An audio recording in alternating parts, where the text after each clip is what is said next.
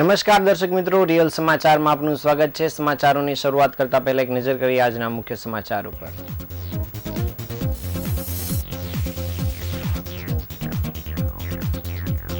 સુરતના કાપડ માર્કેટમાં તેજીનો ચમકારો, લગ્નસરાની સિઝન આવતા જ વેકેશન ટૂંકાયા। નકલી પીએસઆઈએ સુરતમાં કોન્ટ્રાક્ટરને હની ટ્રેપમાં ફસાવી 5 લાખ પડાવ્યા।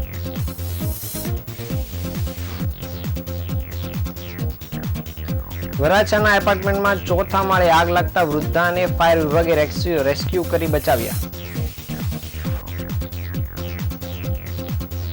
બાંગ્લાદેશી મહિલા બોગસ ડોક્યુમેન્ટ સાથે સુરતમાં વસવાટ કરતા ઝડપાઈ।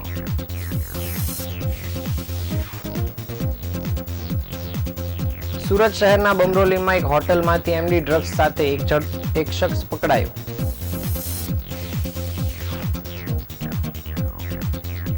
કોમી વૈમનસ્ય ફેલાય તેવા લખાણ સાથેના પેમ્પલેટ ફેલાવનાર શિક્ષકની ધરપકડ।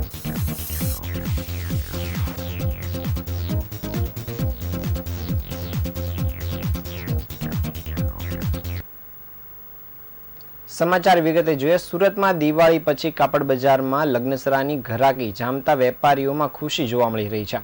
કાપડ બજારમાં લગ્નસરાની ઘરાકી નીકળતા જ દર વર્ષ કરતા આ વર્ષે બજારમાં દિવાળી વેકેશન પણ ઓછા દિવસનું રાખવામાં આવ્યું છે।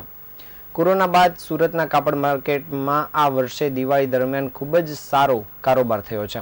દિવાળી વેકેશન બાદ કોલકાતા, બેંગ્લોર, મુંબઈ તેમજ સાઉથ સહિતના બજારમાંથી ઇન્ક્વાયરી શરૂ થતાં સુરતના કાપડ માર્કેટમાં ચહલપહલ જોવા મળી રહી છે।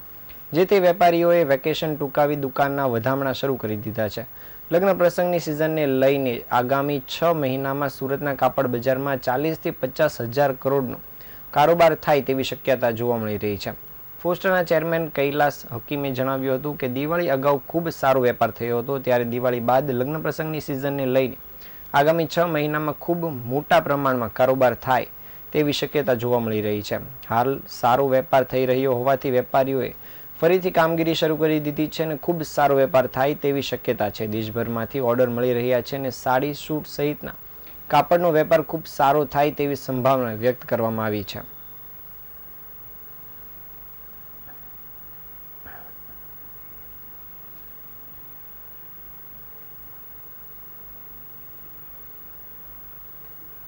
ગુજરાત સહિત સુરતમાંથી પણ નકલીનો ભારમાર ચાલી રહ્યો છે અને એક નકલી પીએસઆઈએ 45 વર્ષીય કોન્ટ્રાક્ટરને કામના બહાને પાર્લે પોઈન્ટના વૃંદા કોમ્પ્લેક્સમાં બોલાવી હની ટ્રેપમાં ફસાવી 5 લાખ પડાવ્યા હોવાની ઘટના સામે આવી છે।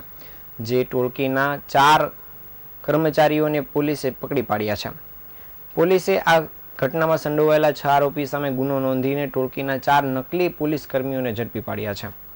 કોન્ટ્રાક્ટર પાર્લે પોઈન્ટ વૃંદાવન કોમ્પ્લેક્સમાં ગયો હતો અને અમન તેને એક રૂમમાં લઈ ગયો હતો અને ત્યાં પહેલેથી જ એક યુવતી હતી। અમન તેનો બહાર નીકળી ગયા બાદ નકલી પોલીસ ઘૂસી આવી હતી અને કોન્ટ્રાક્ટરને કહ્યું હતું કે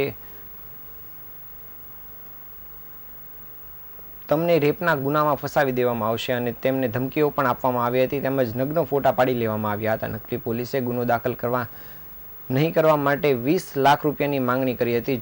જોકે છેવટે રકઝક થયા બાદ છેલ્લે 5 લાખ આપવાનું નક્કી કરાયું હતું અને કોન્ટ્રાક્ટરે તેના મિત્ર પાસેથી 5 લાખ લઈને સરગમ શોપિંગ સેન્ટર પાસે બોલાવ્યા હતા અને કોન્ટ્રાક્ટરે 5 લાખ લઈ નકલી પોલીસના રિક્ષાવાળા સુમિતને આપ્યા હતા।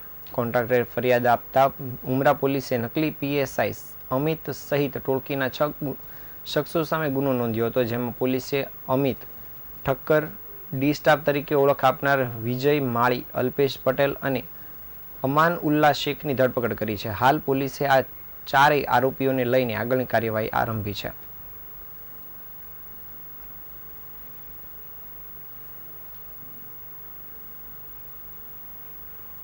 સુરતમાં આગના બનાવમાં સતત વધારો થઈ રહ્યો છે, ત્યારે માતાવાડી ખાતે આવેલા એક એપાર્ટમેન્ટમાં ચોથા માળે ફ્લેટમાં આગ લાગી હતી, જેથી અફરાતફરીનો માહોલ સર્જાયો હતો।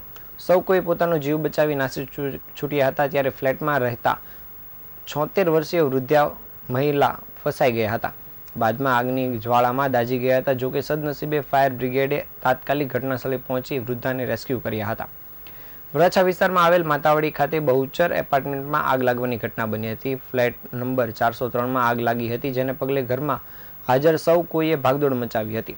આગની જ્વાળા 76 વર્ષીય વૃદ્ધા મંજુલાબેન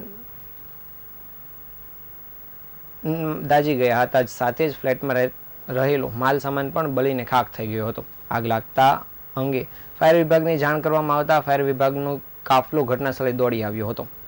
ફાયર ઓફિસર સુધીર ગઢવીએ જણાવ્યું હતું કે ફ્લેટમાં વૃદ્ધા અને તેના 2 દીકરાઓ રહેતા હતા અને અચાનક જ આગ લાગવાના પગલે વૃદ્ધા દાજી ગયા હતા. તેમને ઘરની બહાર કાઢી લેવામાં આવ્યા હતા અને આગની જાણ થતાં જ ફાયર બ્રિગેડની ટીમ ઘટના સ્થળે દોડી આવી હતી અને બાદમાં વૃદ્ધાને રેસ્ક્યુ કરીને તાત્કાલિક સ્મીમેર હોસ્પિટલમાં ખસેડવામાં આવ્યા હતા. આગનું હાલ કોઈ ચોક્કસ જાણકારી મળી નથી.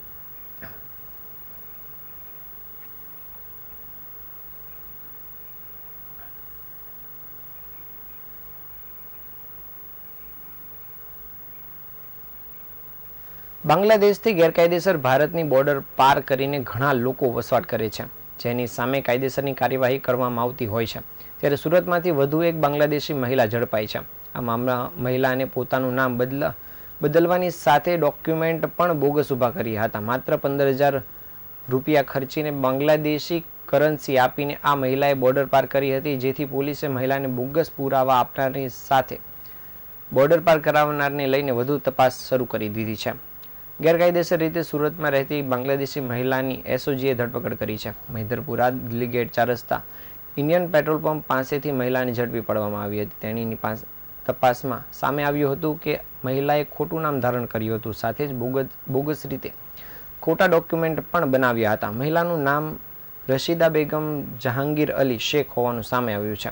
આ મહિલા 4 વર્ષ પહેલા બાંગ્લાદેશી એજન્ટ મારફતે પશ્ચિમ બંગાળથી ભારતમાં આવી હતી. મહિલાએ બાંગ્લાદેશના જાશોર જિલ્લાથી પ્રતિબંધિત બોર્ડરથી ભારતના પશ્ચિમ બંગાળ રાજ્યમાં પ્રવેશ કર્યો હતો. તેણીએ બાંગ્લાદેશી એજન્ટને 15,000 રૂપિયાની બાંગ્લાદેશી કરન્સી આપીને ઇન્ડિયામાં ગેરકાયદેસર પ્રવેશ મેળવ્યો હતો. મહિલા બોર્ડર પાર કરીને આવ્યા બાદ અલગ અલગ ટ્રેનમાં સુરત પહોંચી હતી.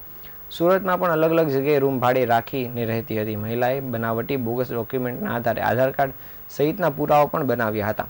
મહિલા વિરુદ્ધમાં હાલ મહિધરપુરા પોલીસમાં ગુનો નોંધવામાં આવ્યો છે, જેને લઈને પોલીસ દ્વારા આગળની કાર્યવાહી શરૂ કરાઈ છે.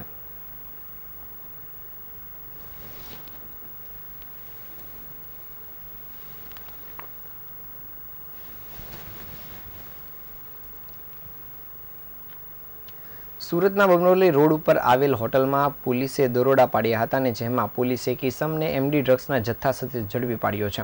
પોલીસે તેની પાસેથી 2.57 ગ્રામ એમડી ડ્રગ્સ જપ્ત કર્યો છે. સાથે પોલીસે અન્ય મુદ્દામાલ પણ કબજે કરી આગળની કાર્યવાહી શરૂ કરી છે. આ બનાવમાં ડીસીપી વિજયસિંહ ગુર્જરે જણાવ્યું હતું કે સુરતના પાંડેસરા બમરોલી રોડ પર આવેલ ગેલેક્સી હોટલમાં એલસીબી ઝોન 4ની ટીમ દ્વારા સરપ્રાઇઝ ચેકિંગ હાથ ધરવામાં આવ્યું હતું. આ હોટલની રૂમમાં એક વ્યક્તિ રોકાયેલી હતી અને તે લોકલ હોવાથી પોલીસને શંકા ગઈ હતી. તેને રૂમમાંથી બોલાવીને તપાસ કરતા તેની પાસેથી 25,700 રૂપિયાની કિંમતનું 2.57 ગ્રામ એમડી ડ્રગ્સ મળી આવ્યો હતો. આરોપીનું નામ દાનિશ કુરેશી હોવાનું સામે આવ્યું છે. આરોપીની પૂછપરછ થઈ શકી ન હતી અને આરોપીને જોઈને લાગતું હતું કે તે નશાનો બંધાણી છે. જ્યારે તેને પકડાયો ત્યારે તે સ્ટેટમેન્ટ આપી શકવાની હાલતમાં ન હતો, તેથી તેને મેડિકલ માટે મોકલી આપવામાં આવ્યો હતો. ડોક્ટરના અભિપ્રાય બાદ તેમની પૂછપરછ શરૂ કરવામાં આવશે. આરોપીની પ્રાથમિક પૂછપરછમાં સામે આવ્યું હતું તે ભાટેરના પાસેથી રોડ પર ઊભો હતો, ત્યાંથી તેને કોઈ વ્યક્તિએ તેને આપીને જતો રહ્યો હતો. આરોપી ઘરેથી મોપેડ અને મોબાઈલ સાથે લઈને નીકળ્યો હતો, પરંતુ તે ક્યાં ગયા છે તે પણ તેને ખબર નથી. તેણે કહ્યું હતું કે તેણે નશો કરી લીધો છે, તે બાદ મોપેડ અને મોબાઈલ ક્યાં ગયા તેની જાણ નથી. તેથી આ મામલે યુવક ક્યાં ગયો અને તેની સાથે કોઈ હતું કે કેમ તેને લઈને પોલીસ દ્વારા તપાસ શરૂ કરાઈ છે.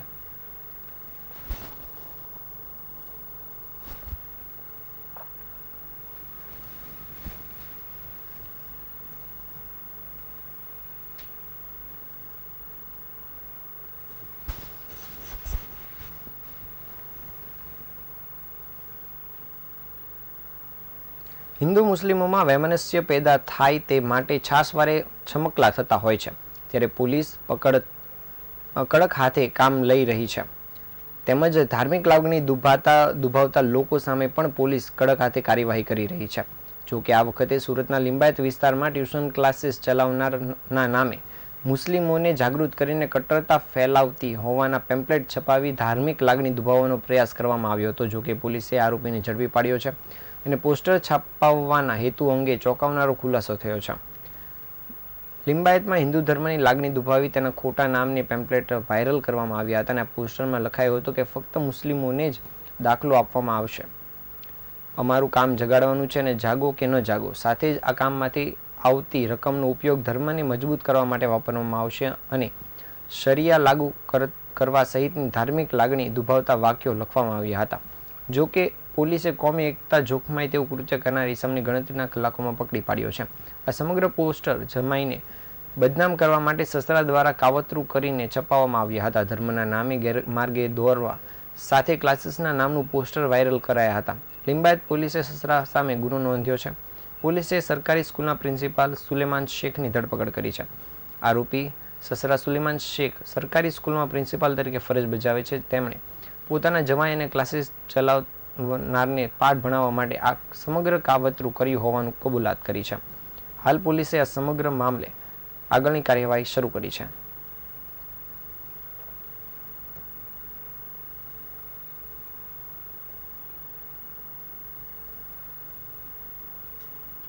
સુરતના પાંડેસરા વિસ્તારમાં લુખ્ખા તત્વોએ આતંક મચાવ્યો હતો, જેથી પાંડેસરા પોલીસની નિષ્ફળતા પેટ્રોલિંગ કામગીરી ઉજાગર થઈ છે. જે સમગ્ર ઘટનાનો વિડીયો હાલ સોશિયલ મીડિયામાં વાયરલ થયો છે. પાંડેસરા પાણીની ટાંકી પાસે આવેલા જૈન દેરાસર ખાતે લુખ્ખા તત્વો જાહેરમાં મારામારી કરતા હોય તેવો વિડીયો સોશિયલ મીડિયામાં વાયરલ થયો છે. આ વિડીયો દિવાળી સમયનો હોવાનું જાણવા મળ્યું હતું. હાલ વિડીયો સોશિયલ મીડિયામાં વાયરલ થઈ રહ્યો છે અને આ વિડીયો જ્યાંનો ગણવામાં આવી રહ્યો છે તેનાથી 500 મીટર દૂર પાંડેસરા ગુજરાત હાઉસિંગ બોર્ડની પોલીસ ચોકી આવેલી છે, જેથી આવા તત્વોને પોલીસનો કોઈ પણ પ્રકારનો ભય ન હોય તેવું લોકોમાં ચર્ચા ચાલી રહી છે. આ ઉપરાંત પર અનેક વાર આ પ્રકારના લુખ્ખા તત્વોના આતંકના વિડીયો સોશિયલ મીડિયામાં વાયરલ થઈ રહ્યા છે અને લોકો પણ આ લુખ્ખા તત્વોને કારણે ભયગ્રસ્ત બની રહ્યા છે, જેથી પોલીસ પણ આવા લુખ્ખા તત્વો સામે સતર્ક કાર્યવાહી કરે તેવી પણ લોકોમાં માંગ ઊભી થઈ રહી છે.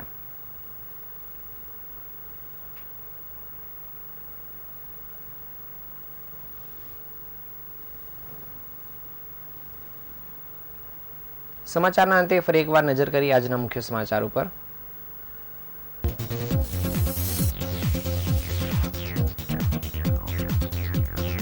સુરતના કાપડ માર્કેટમાં તેજીનો ચમકારો, લગ્નસરાની ઘરાકી નીકળતા વેકેશન ટૂંકાયા. નકલી પીએસઆઈએ સુરતમાં કોન્ટ્રાક્ટરને હની ટ્રેપમાં ફસાવી 5 લાખ પડાવ્યા.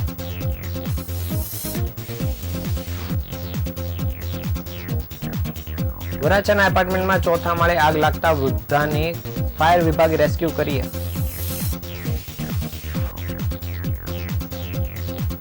બાંગ્લાદેશી મહિલા બોગસ ડોક્યુમેન્ટ સાથે સુરતમાં વસવાટ કરતા ઝડપાઈ.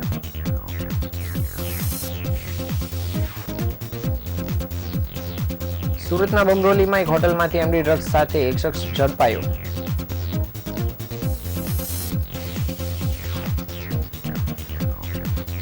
કોમી વેમેનેસ ફેલાય તેવા લખાણ સાથેના પેમ્પલેટ ફેલાવનાર શિક્ષકની ધરપકડ.